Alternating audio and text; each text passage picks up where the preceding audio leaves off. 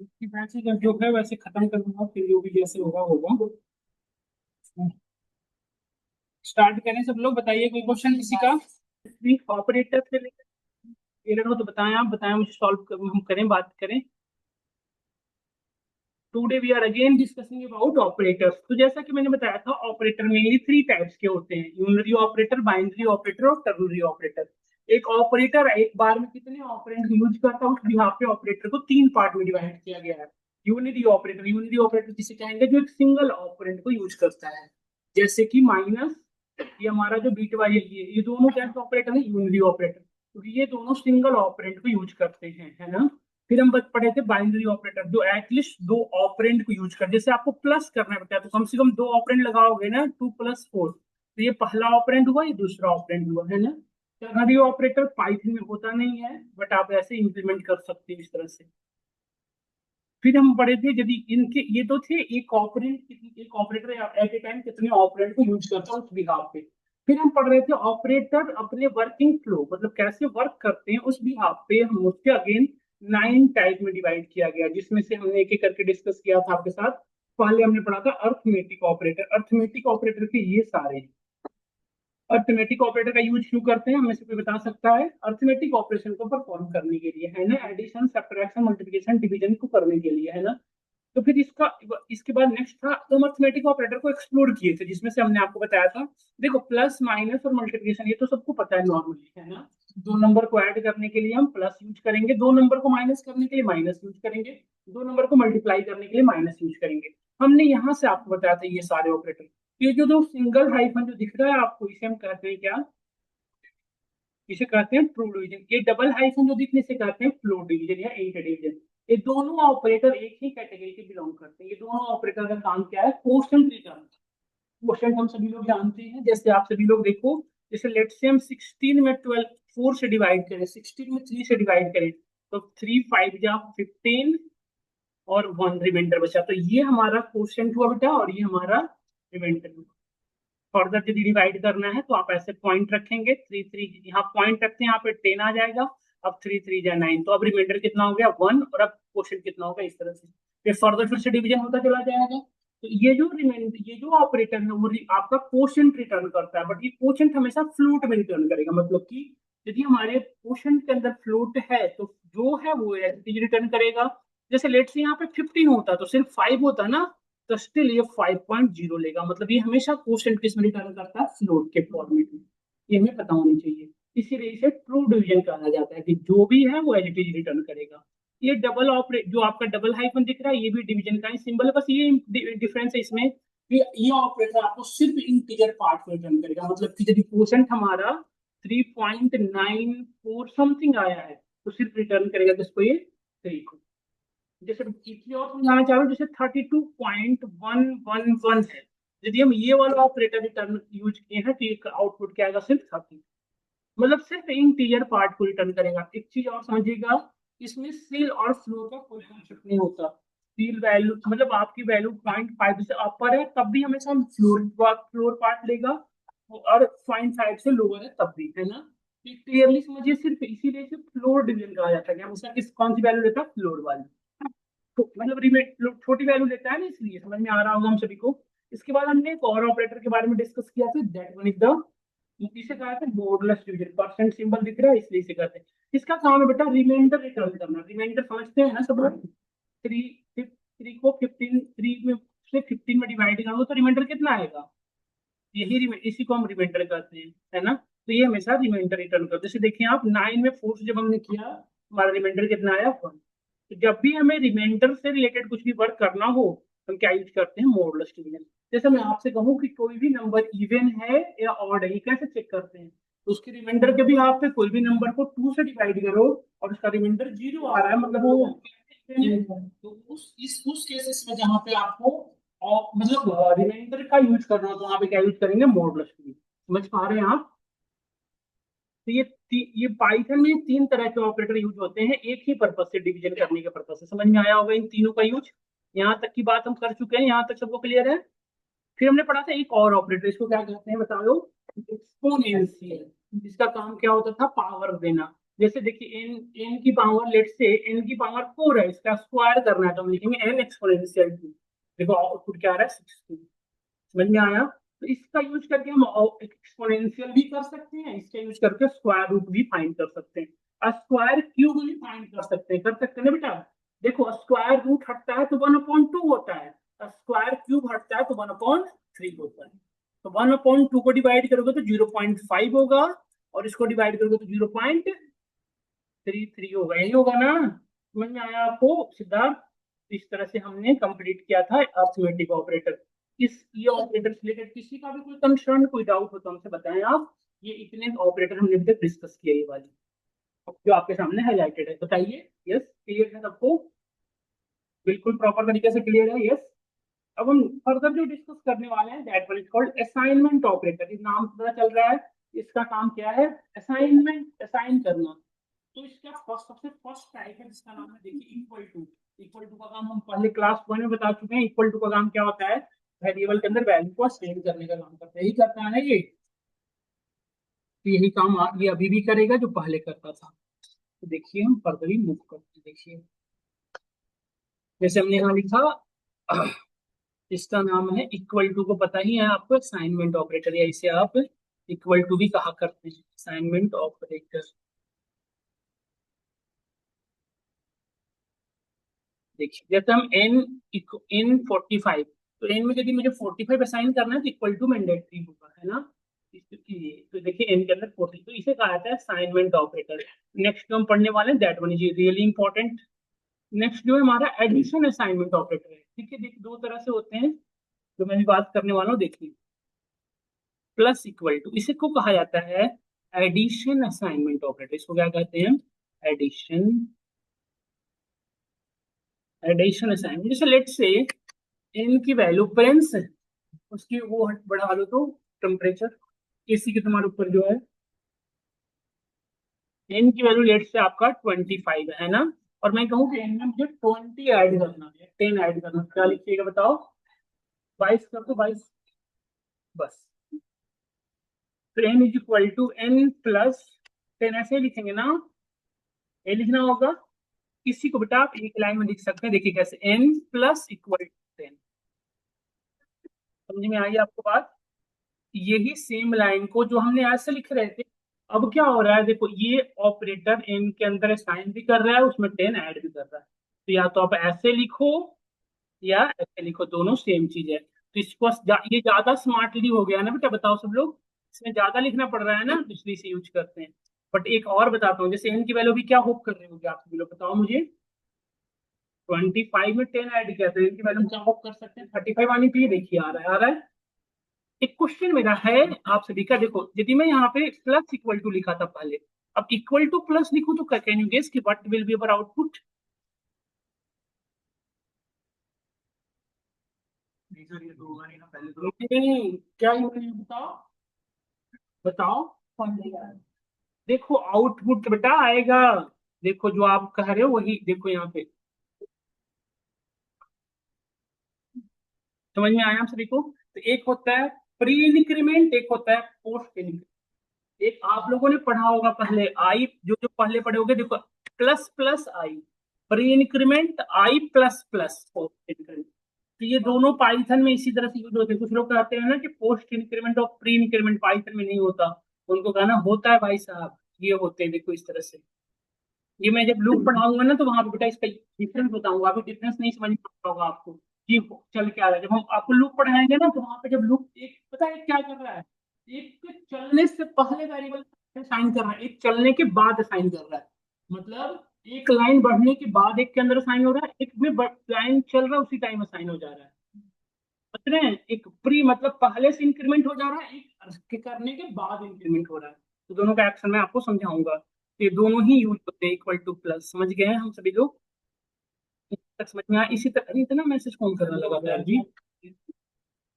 हाँ तो बेटा आएगा ना बेटा, हम पढ़ेंगे इसको लूप, जब हम पढ़ेंगे तो अभी कुछ समझ नहीं आएगा, बहुत ज्यादा भी बता दूंगा तो सर आफ्टर इंक्रीमेंट होता है सर, आपने एन इक्वल टू प्लस, हम इस पर डेप्थ में डिस्कस करते हैं। कितना भी समझाएंगे ना तो आपको लूप की जो चीजों पढ़ रखे नहीं समझ में आएंगे, जब हम लूप पढ़ेंगे तो वहां पे समझा पाएंगे आप।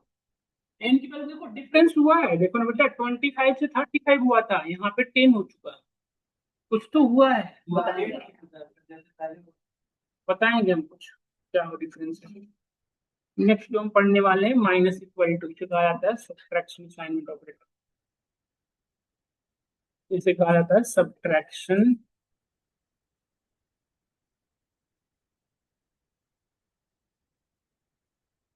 वैल्यू ऊपर से नहीं आ रही है ना, वेरिएबल के अंदर वैल्यू असाइन कर दे रहा है, समझे आप पहले से थोड़ी बहुत पाइथन करने अच्छे हो ना, तो इसलिए मैंने आपको ये चीज दिखाया, समझ पर पाओगे, लेकिन कोई बात नहीं, करेंगे बेटा, आपको आइडिया देंगे। पीएफ की वैल्यू फिलहाल कितना है 20, इसमें मुझे -5 करना है, तो क्या लिखोगे माइनस इक्वल टू 5। अब क्या हुक कर रहे हो आप लोग बताओ, पीछे से सुनील आउटपुट क्या हुक कर रहे होंगे हम, सबको आ रहा है ना पीछे। इसी को आप ऐसे भी लिख सकते थे, देखिए DF is equal to DF-5, यही ऐसे भी लिख सकते थे। इसी को आप स्मार्टली एक लाइन में, या जनरली हम सभी लोग ऐसे ही लिखेंगे, अब ऐसे इसको हमेशा, ये अब फॉलो नहीं होगा, समझ गए ना। तो ऐसे लिखा हुआ है, मतलब क्या है कि डीएफ की में -5 हो भी रहा है, और फिर डीएफ के अंदर ना असाइन भी हो रहा है, मतलब जो पहले से वैल्यू है उसमें से 5 माइनस हो जा रहा है। तो डीएफ की वैल्यू आप जब देखोगे, तो यहाँ पे देखो डीएफ की वैल्यू हो चुकी है 15, समझ गए ना। इसी तरह से होता है बेटा मल्टीप्लिकेशन, इसमें भी वही सेम काम होगा, प्लस माइनस, मतलब ये वाली भी ऑपरेटर इसमें काम करेगा, कौन सा, हाँ इसका ये भी करेगा, पोस्ट डिक्रीमेंट वाला, मतलब इक्वल टू माइनस,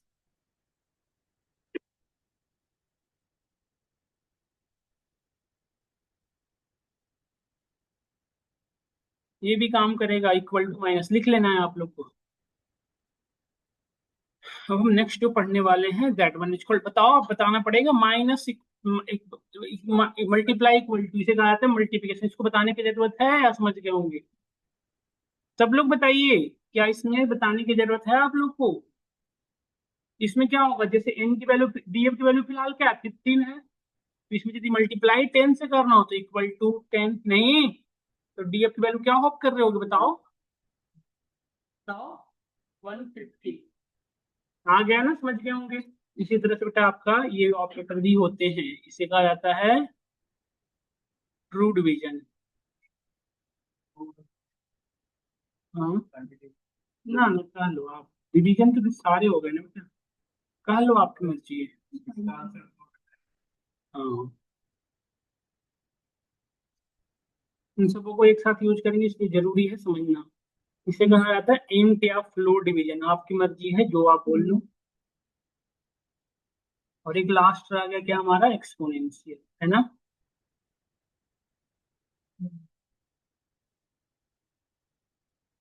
ये हमने दो तरह के अभी तक ऑपरेटर, स्पेलिंग मिसमैच हो तो आप मैच करा लेना है, क्या, तो ये हमारा दूसरा ऑपरेटर खत्म हुआ।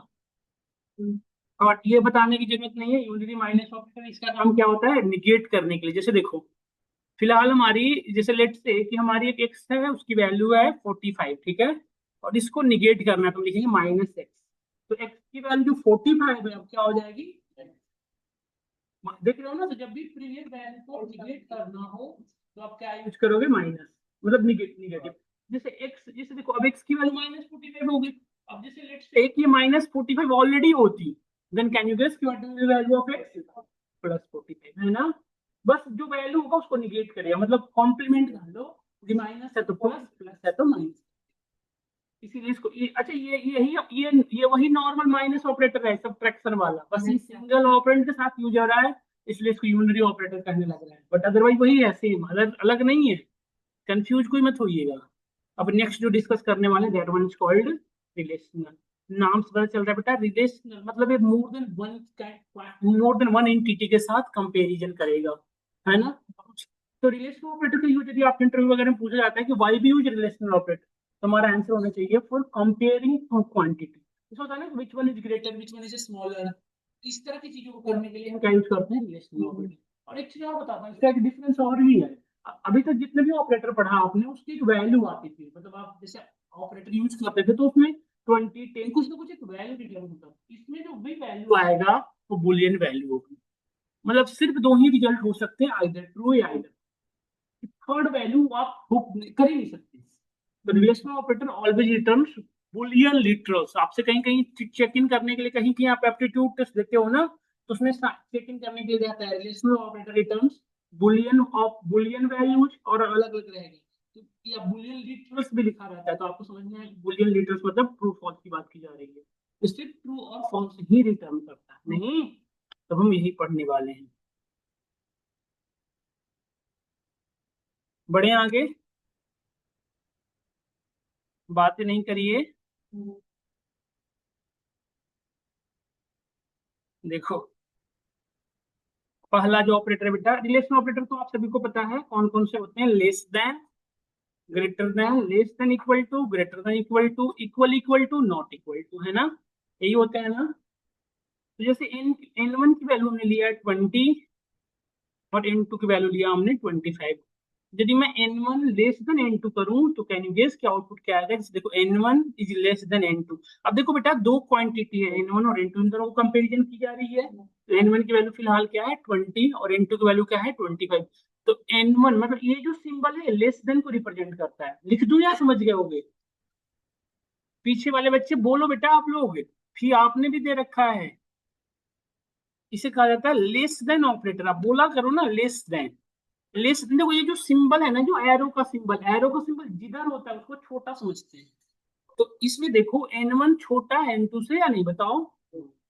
एन वन की वैल्यू छोटा है ना, क्योंकि एन वन की वैल्यू क्या है 20 और एन टू की वैल्यू क्या है 25। तो एन वन की वैल्यू छोटा हुआ, इसलिए स्टेटमेंट हमारा क्या होगा ट्रू। देखो रिटर्न करेगा ट्रू, देख रहे हो ना। यदि मैं ऐसे लिखूं तो can you guess n two is less than n one. अब बताओ क्या आएगा बेटा। क्यों फॉल्स आएगा, क्योंकि एन टू की वैल्यू 25 है और एन वन की वैल्यू 20 है। तो 25 छोटा नहीं है, ये एरो का सिंबल जिधर उधर छोटा रिप्रेजेंट होता है। तो एन टू की वैल्यू छोटा नहीं बड़ा हुआ ना, तो क्या रिटर्न करेगा false। समझ में आ गया। बट यदि मैं यहाँ पे लिख दूं बेटा n two greater than n one, अब स्टेटमेंट क्या है बताओ। अब स्टेटमेंट क्या हुआ, अब कह रहा है कि एन टू जिधर भी एरो का ओपन वाला सिंबल होता है, माउथ होता है, उधर बड़ी वैल्यू होगी। तो अभी देखो एन टू रियल में बड़ी है एन वन से, यस और नो। एन टू की वैल्यू 25 है, तो 25 रियल में बड़ी है ना 20 से, तो क्या रिटर्न कर रहा है। अच्छा, ग्रेटर देन और ग्रेटर देन इक्वल टू में क्या डिफरेंस होगा, हमें से कोई बताया। आइदर बड़ा मतलब 25 से इक्वल हो या 25 से बड़ा, वट एवर वैल्यू ही। तो अभी देखो एन टू बड़ा तो नहीं है एन वन से, एन टू जो है एन वन से बड़ा है, बराबर भी है। देखो ट्रू आ रहा है ना, सब लोग समझ रहे होंगे। N two is less than n one, ऐसे करें तो लेस देन इक्वल टू अब क्या आएगा बताओ। एन टू जो है एन वन से लेस नहीं है, इक्वल टू तो है भैया। पांच पांच लगा देते। तो ये तो क्या कहते हैं, समझ में आया। क्योंकि क्योंकि देखो एन टू छोटा भी नहीं है और बराबर भी नहीं है। बट यदि हम ऐसा लिखें n one is less than n two, तो क्या आएगा बताओ। बराबर तो नहीं है बट छोटा तो है, क्या रिटर्न करेगा। क्लियर हुआ हम सभी को, प्रॉपर तरीके से क्लेरिफाई हुआ। एन वन की वैल्यू फिर से मैं आपके सामने दिखाता हूँ, ये n one not equal to n two, क्या ट्रू होगा। इसका मतलब क्या, इसके स्टेटमेंट का मतलब क्या हुआ बताओ। एन वन एन टू के बराबर नहीं है, रियल में ऐसा है, तो ये क्या रिटर्न करेगा, है ना। N one is equal to n two. इसका इस स्टेटमेंट से क्या आप कहना चाह रहे हो, आप ये कह रहे हो कि एन वन एन टू के बराबर है। बट क्या ऐसा है, क्या रिटर्न करेगा। समझ में आया आप सभी को। क्या आपने तीसरी कोई वैल्यू आउटपुट में देखा, सिर्फ दो ही वैल्यू आपने हमेशा दिया, क्या या तो ट्रू या तो false। तो अभी देखो यदि सिद्धार्थ ध्यान से, तो अभी आप दो क्वांटिटी को सिर्फ कंपेयर कर रहे थे। अभी मैं यदि कहूँ आपसे कि मल्टीपल क्वांटिटी को मुझे एक साथ कंपेयर करना हो, लेट से कि हमारे पास एक वैल्यू थी एन टू की 35 4, एन टू की वैल्यू में लेट से लिया 20 और एन थ्री की वैल्यू ले लिया हमने 55 लेट से। अब मैं कहूँ आपसे कि n one is less than n two, n2 is not equal to n3 और n1 is greater than equal to n3। अब मैं इन तीनों स्टेटमेंट को एक साथ बोल रहा हूं, तो ये तीनों को पैरेलली आपको कहना है कि क्या ये जो स्टेटमेंट बोला गया है ये ट्रू है या फॉल्स है। जैसे किसी ने कहा, लेट से जस्ट स्टोरी बता रहा हूँ, मैंने जस्ट बोला गया कि आप लोग में से मैक्सिमम लोग रामायण वगैरह जानते होंगे, तो आपसे बोला गया कि राम दशरथ के पुत्र थे और दशरथ से अयोध्या के राजा थे। ये पूरे मिला के का स्टेटमेंट हुआ। तो पूरे स्टेट में मल्टीपल्स वो है, मतलब आप ये कह सकते हो मल्टीपल्स, मतलब उसकी बात की जा रही है, मल्टीपल्स मतलब एंटिटी है ना, मल्टीपल बातें रखी गई है, मल्टीपल स्टेटमेंट रखा गया है। क्या पूरे स्टेटमेंट को एक साथ चेक करना होगा, हमें क्या यूज करना पड़ेगा, लॉजिकल ऑपरेटर। इस ऐसे स्टेटमेंट जब मल्टी, मतलब देखो ये जो हुआ ना बेटा, ये फर्स्ट कंडीशन, एक सेकंड कंडीशन, ये थर्ड कंडीशन। जब भी मोर देन वन कंडीशन पे एक साथ काम की जाती है तो that is called compound condition. और कंपाउंड कंडीशन वर्क करने के लिए हमें यूज करना पड़ता है लॉजिकल ऑपरेटर, है ना। तो जब भी आपको मोर देन वन क्वांटिटी, मतलब मोर देन वन कंडीशन के साथ काम करना हो, then we need to use logical operator. तो लॉजिकल ऑपरेटर कौन कौन से होते हैं, हम सभी लोग जानते हैं। एंड होता है बेटा, एक और होता है, और एक नॉट होता है। तो एक एक करके डिस्कस करते। देखो यदि हमने यहाँ पे लगाया एंड, यहाँ पे भी लगाया हमने एंड, तो अभी देखो कंडीशन कितने हैं, तीन ना। ध्यान से देखिए, कंडीशन वन, कंडीशन टू, और कंडीशन थ्री। तो अब आप देखो ध्यान से, क्या ये कंडीशन, ये देखो ये जो ऑपरेटर, ये तो दो ही चीज रिटर्न करता है। ये जो ऑपरेटर है या तो ट्रू रिटर्न करेगा या तो फॉल्स। तो पहले में क्या रिटर्न किया होगा बताओ, n1 is less then n2। ये पहला क्या रिटर्न किया बताओ, n1 की वैल्यू बेटा 34 है, n2 की वैल्यू 20 है। तो क्या 34 20 से छोटा है, नहीं। तो ये पहला कंडीशन क्या हुआ, फॉल्स। अब इस कंडीशन पे आ जाइए, n2 is not equal to n3। ये भी कंडीशन क्या हो गया, ट्रू ना। और n1 is greater than n3, false, यही ना। तो इस तरह से और भी कंडीशन हो सकते हैं चाहे तो, है ना। तो एंड ऑपरेटर जैसे लेट से कंडीशन C1, कंडीशन C2 से लेके मल्टीपल कंडीशन लेट से, तो रिजल्ट जो आएगा वो क्या होगा, देखो जैसे जितने भी कंडीशन है वो सारे कंडीशन ट्रू है। एक भी कंडीशन यदि फॉल्स हो गया तो पूरा का पूरा रिजल्ट क्या हो जाएगा बेटा, आपका फॉल्स। चाहे सारे कंडीशन ट्रू है, एक भी कंडीशन फॉल्स हो गया तो पूरा रिजल्ट क्या हो जाएगा, फॉल्स। सिर्फ एक ही सिचुएशन है ट्रू आने का, जब सारे कंडीशन ट्रू हो, जितने भी कंडीशन है सारे कंडीशन ट्रू हो, तभी हमारा रिजल्ट क्या होगा। तो आप समझे ध्यान से, एंड में यदि एक बार भी फॉल्स आ गया तो आगे चेक करने की जरूरत है ही नहीं, पूरी की पूरी रिजल्ट क्या हो जाएगी, फॉल्स। मतलब एंड तब यूज किया करें जब आपको सारे मैंडेटरी कंडीशन, जैसे होता है ना कि जैसे आप टेंथ, आपने देखा होगा इंडियन नेवी वगैरह के फॉर्म भरते हैं एनडीए वगैरह का, तो आपने देखे होंगे कि उसमें रहता है कि ट्वेल्थ में इतना परसेंट से ज्यादा होना ही चाहिए, और आपकी हाइट इतना होनी ही चाहिए, वेट इतना ही होना ही चाहिए, एज इससे लेस देन। ये सारे मैंडेटरी हैं, ये सारे कंडीशन यदि आप पे फुलफिल हो रहे हैं तो आप फॉर्म फिल कर सकते हैं, नहीं। तो ये वैसे सिचुएशन में आप एंड यूज करेंगे। एंड क्या करेगा, जितने भी आपने कंडीशन दे रखा है सारे को ट्रू होना चाहिए। यदि एक भी ट्रू नहीं हुआ तो सारी कंडीशन फॉल्स, मतलब ओवरऑल रिजल्ट क्या हो जाएगा, फॉल्स। समझ में आया होगा सबको, है ना। तो ये एंड का नेचर था। और क्या करेगा बेटा, देखो और इसके जस्ट अपोजिट, जैसे आपने कंडीशन 50 दे रखा है, लेट से मल्टीपल कंडीशन, तो रिजल्ट किस भी आप डिसाइड करेगा, इससे सारे कंडीशन फॉल्स रहे होंगे, लेट से एक भी कंडीशन ट्रू हो गया तो पूरी रिजल्ट ओवरऑल क्या हो जाएगा, ट्रू। मतलब सारे कंडीशन ट्रू है और एक भी फॉल्स है तो ऑब्वियसली ट्रू होगा।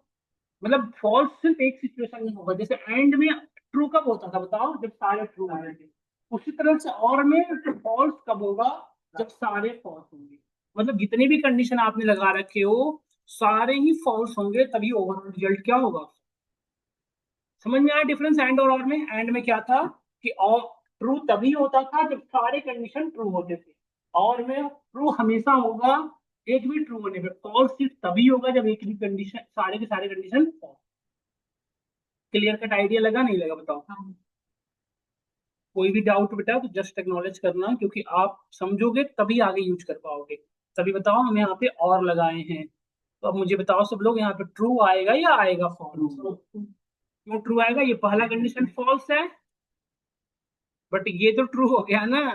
तो एक भी ट्रू हो गया तो अगला ट्रू है फॉल्स तो देखना ही नहीं है, ओवरऑल रिजल्ट क्या होने वाली है। एंड में क्या होता था, एक भी फॉल्स हो गया तो आगे चेक ही मत करो, रिजल्ट पक्का क्या आने वाला है। समझ गए ना, तो यही एंड और में डिफरेंस है। हम होप करता हूँ पूरी तरह से समझ में आया होगा। समझ में आया कि नहीं आया बताओ।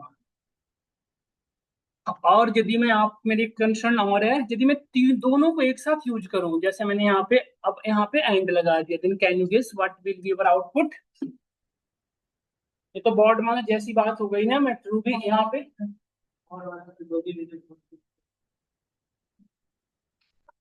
पीछे सब लोग सोचो, बताओ रिजल्ट क्या होगा, बताओ बताओ बताओ। गॉड मास है, ऐसा रूल है कि पहले हाँ पहले एंड होगा, हाँ वेरी गुड। तो इसमें जैसे बॉड मास में ब्रैकेट सबसे फर्स्ट होता था नहीं वैल्यूएट, उसी तरह से लॉजिकल ऑपरेटर में सबसे फर्स्ट प्रेफरेंस मिलता है एंड को। सबसे पहले एंड होगा फिर और होगा।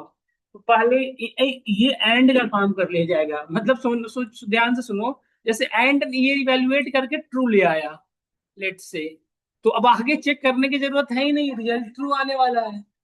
और ये यदि फॉल्स करके आया तो चेक करो, क्या बताइए ट्रू है नहीं, तो चेक करो क्या हो रहा है, बताओ इसका क्या होगा। ये तो ट्रू था, और ये तो ये तो फॉल्स हो गया, पूरी रिजल्ट फॉल्स हो गई ये तो। अब इसका देखिए, तो आपको क्लियर आइडिया लगने वाला है क्या रिजल्ट, समझ गए होंगे। देखो आ रहा है ना फॉल्स। और अब बताइएगा, जैसे हमने यहाँ पे कर दिया ग्रेटर देन इक्वल टू, अब बताइए क्या आएगा। अब ये तो ट्रू हो गया ना, अब और को लास्ट में वैल्यूएट होना ही है, तो चेक करने की जरूरत है ही नहीं कि लास्ट में तो ट्रू लेके आना ही है, समझ में आया।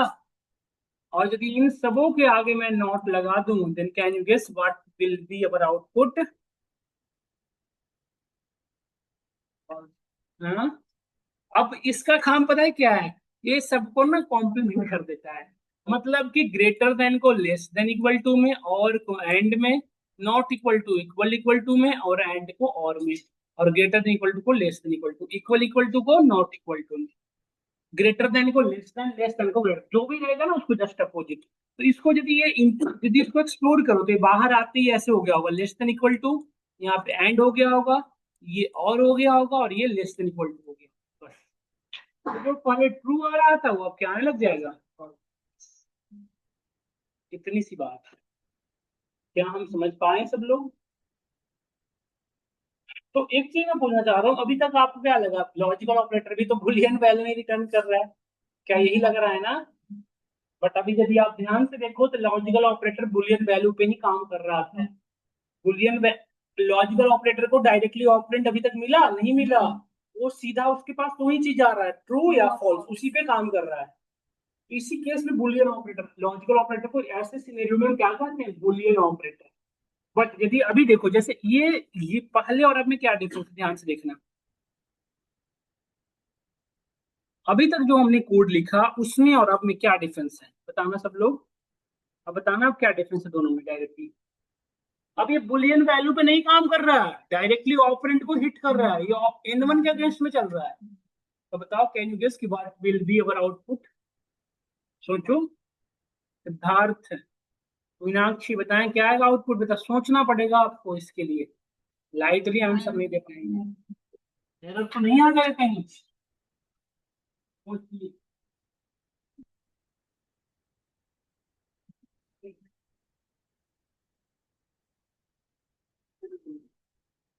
बताएगा ज्यादा पड़ेगा।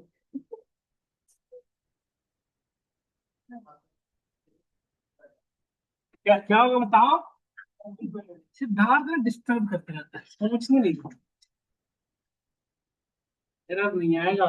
एक बात मैं बताता हूँ, लॉजिक देता हूँ, आएगी ना, मैं लो रन करा के रन करा के देख लियो ना, 20 आ जाएगी। मैं बताता हूँ लॉजिक, देखो, किसी वेरिएबल में जीरो या और ब्लैंक स्ट्रिंग को पाइथन फॉल्स समझता है। किसी वेरिएबल के अंदर यदि आप जीरो असाइन करो या ये ब्लैंक स्ट्रिंग असाइन करो, इन दोनों को पाइथन क्या समझता है, फॉल्स है। इन दोनों को छोड़कर दुनिया का कोई भी वैल्यू डालो तो पाइथन से क्या समझता है, ट्रू है। फिर से रिपीट करता हूँ यही बात। यदि किसी वेरिएबल में जीरो को असाइन करो या ब्लैंक स्ट्रिंग को असाइन करो तो पाइथन से फॉल्स समझता है। और इन दोनों को छोड़कर कोई भी वैल्यू डालोगे तो पाइथन क्या समझता है, उसे ट्रू वैल्यू। तो अब इसके भी यहाँ पे डिसाइड होगा कैसे, देखो एंड का लॉजिक कॉन्सेप्ट देखो। इफ, अब मैं एक्स और वाई के रिस्पेक्ट में चलता हूँ, ठीक है। इफ एक्स इज ट्रू, मतलब एक्स में जो वैल्यू डाला हुआ है वो ट्रू है, if x is true then return y। समझिए आप सब लोग बताए, समझिए इसका इस स्टेटमेंट का मतलब, यदि x के अंदर एक ट्रू वैल्यू है तो हमेशा अपने अगेंस्ट वाले को वर्क करेगा। ये ऐसा सिचुएशन की बात कर रहा हूँ मैं, ऐसे वाले में x एंड y ऐसा यूज हो रहा है तब की बात। यदि x की वैल्यू में ट्रू वैल्यू है तो क्या रिटर्न करेगा, y की वैल्यू जो भी रही होगी। Otherwise otherwise it returns x। इसका मीनिंग आप समझा सकते हो क्या होगा? कंडीशन तो है ही नहीं यहाँ, वैल्यू है। और यदि x की वैल्यू फॉल्स है तो रिटर्न कर, समझ गए? तो अभी मुझे बताओ n1 की वैल्यू 34 है, मैं n3 को हटा ही देता हूँ। n1 की वैल्यू 34 है तो n1 की एक ट्रू वैल्यू है ना, तो रिटर्न क्या करने वाला है, n2 की वैल्यू है ना, देखो। बट यदि मैं n2 की वैल्यू 0 कर दूं देन, अब n1 की वैल्यू एक फॉल्स वैल्यू हो गई ना, तो खुद की वैल्यू रिटर्न करेगा, मतलब 0। पॉइंट क्लियर हुआ? बट अब बताना, यदि n2 एंड n1 करेंगे तो क्या होगा, सिद्धार्थ बताएं। एंड n1 करें तो आउटपुट क्या आएगा, ध्यान से बताएगा, सोच के समझ के। जीरो है। सोच लो, अगर जैसा आपके कॉन्सेप्ट के साथ हम अपनी कॉन्सेप्ट सही तो बताएंगे। प्लेन से पीछे उतना सट के मत बैठो, तुम्हारे ऊपर वो लगा हुआ है, थोड़ा आगे रहो। वो क्या है, उसको क्या कहते हैं, एमसीबी क्या कहते हैं उसको, इलेक्ट्रॉनिक वाले भाई साहब बताएंगे। हाँ, वो कभी हिट हो गया ना, इस विकेट हमें भी नहीं देती है सही तो। यहाँ पे देखो, समझ गए ना, बस यही बात ध्यान रखना है हमसे। डन, कंफ्यूज होने की जरूरत नहीं है, बिल्कुल क्लियर हो गया। अब बेटा n2 की वैल्यू के बिहाफ पे चलेगा ना, देखो जो पहली वैल्यू है उसके बिहाफ पे डिसाइड होगा ना। तो n2 की वैल्यू क्या होगी, ट्रू वैल्यू। तो जैसे ही n2 की ट्रू वैल्यू होगी तो हमेशा अपने अगेंस्ट वाले को रिटर्न करेगा। तो n1 की वैल्यू जो भी रही होगी तो मैटर ही नहीं करता, वो रिटर्न कर देगा। समझ गए नहीं समझ गए? ये आपको माइक्रोसॉफ्ट पेपर, आप माइक्रोसॉफ्ट सर्टिफाइड होना चाहते हो ना, जो अब जैसे पाइथन आप लोग जानते हो शायद, या नहीं भी जानते हो तो बता दूं। सभी चीज का सर्टिफिकेशन होता है, जैसे पाइथन डुकेट तो आपको सर्टिफिकेशन देगी ही देगी। आप चाहो तो खुद से भी सर्टिफाइड हो सकते हो, जैसे माइक्रोसॉफ्ट, गूगल, ये सारे सर्टिफिकेशन प्रोवाइड करते हैं। तो वो अपना खुद का पेपर लेते हैं, तो वहां पे ऐसे क्वेश्चन दिए जाते हैं। हम अभी तक हमेशा जानते ही आते हैं कि लॉजिकल ऑपरेटर तो हमेशा बुलियन वैल्यू पे ही काम करता है। कभी हमने सोचा भी नहीं था कि बुक एक रियल वैल्यू पे काम करता है, हम सोच पाते थे कभी? क्या आप लोगों में से कभी कभी यूज किए हो गए ऐसा, लगा के देखिए हो? नहीं, क्योंकि हम सोचे ही पा ही नहीं पाते। और ऐसा, ये वर्किंग ऐसे है इसका actually। तो ये सब वहां पे आपसे क्वेश्चन पूछे जाते हैं। मैंने दिया, मैं पेपर दे रखा हूँ तो मुझसे ऐसे क्वेश्चन देख रखा हूँ, वहां पे ऐसे क्वेश्चन आते हैं आपके साथ। हम्म। हम्म। और देखो और का वर्किंग फ्लो, यदि एक्स की वैल्यू ट्रू है तो ये खुद की वैल्यू रिटर्न करता है, एक्स हमेशा अपोजिट चलता है इनसे। देखो ये खुद की रिटर्न करेगा, और यदि एक्स की वैल्यू फॉल्स है तो वो अपने अगेंस्ट वाले को रिटर्न करेगा। समझ गया नहीं समझ गया? एंड से अपोजिट है नहीं है, बताओ। अब मुझे बताना, एन एक्स की वैल्यू है 0 और वाई की वैल्यू है ब्लैंक स्ट्रिंग। कंफ्यूज हो जाएंगे सब लोग, ऐसे रखें एक्स और वाई रखें तो क्या आएगा बताना। तो एक्स की वैल्यू ट्रू नहीं है, फॉल्स है, तो क्या रिटर्न करेगा बेटा, अपने अगेंस्ट वाले को, मतलब वाई की वैल्यू नहीं। और यदि मैं वाई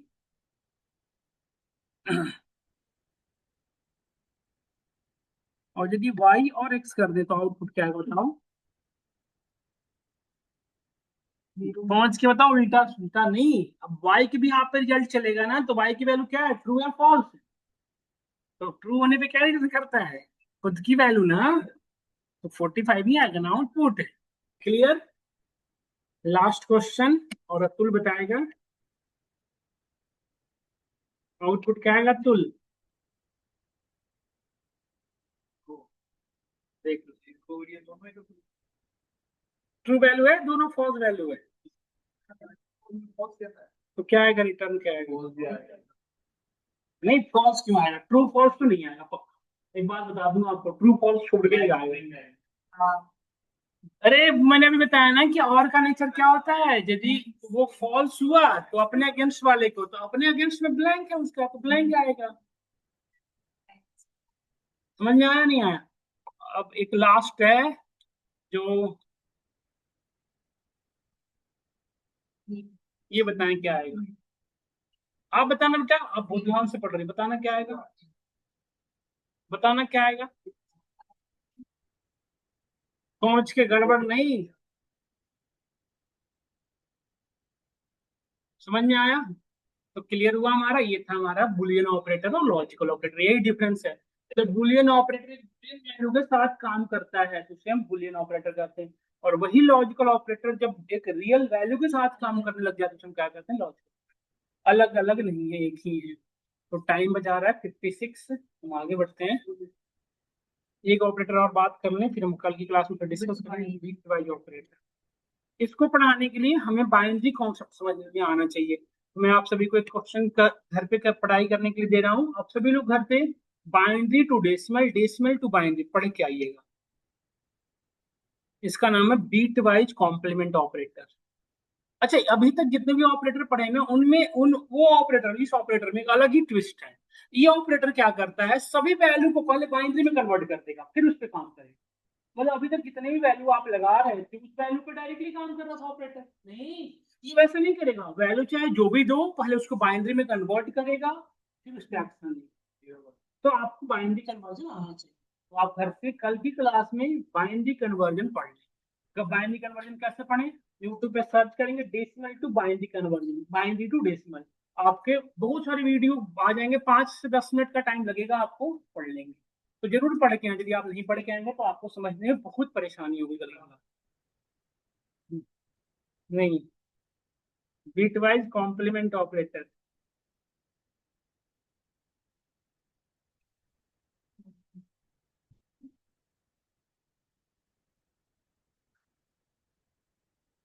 नेक्स्ट जो हम पढ़ने वाले हैं दैट इज कॉल्ड बिटवाइज और ऑपरेटर। इसको कहा था बिटवाइज और ऑपरेटर। ये पाइप का सिंबल है। फिर हम पढ़ेंगे एंड परसेंट सिंबल, इसको कहा था बिटवाइज एंड ऑपरेटर।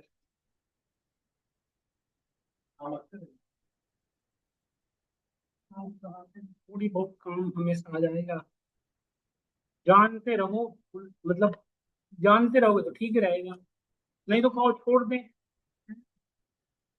अच्छा, यदि आप लोग कहो तो इसको भी स्किप करके ऑपरेटर खत्म कर दो, 2 ऑपरेटर और बचे, फटाफट 5 मिनट में खत्म हो गए।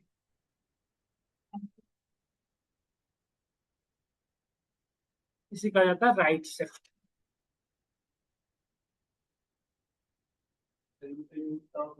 बताऊंगा, एक है स्टोर ऑपरेटर।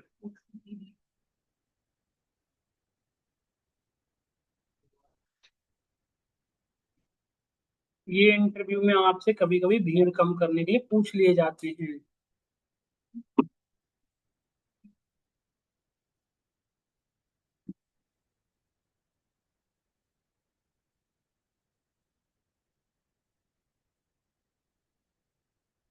हम लोग मोटिवेटेड नहीं लग रहे हैं, जाओगे आप? आप लैपटॉप बैग लेके क्यों नहीं आ रहे?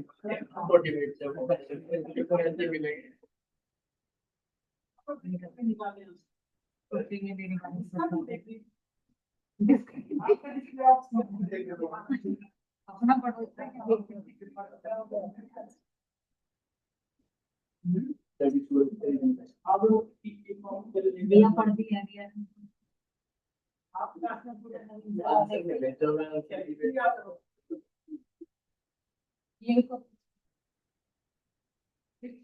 पढ़ दिया।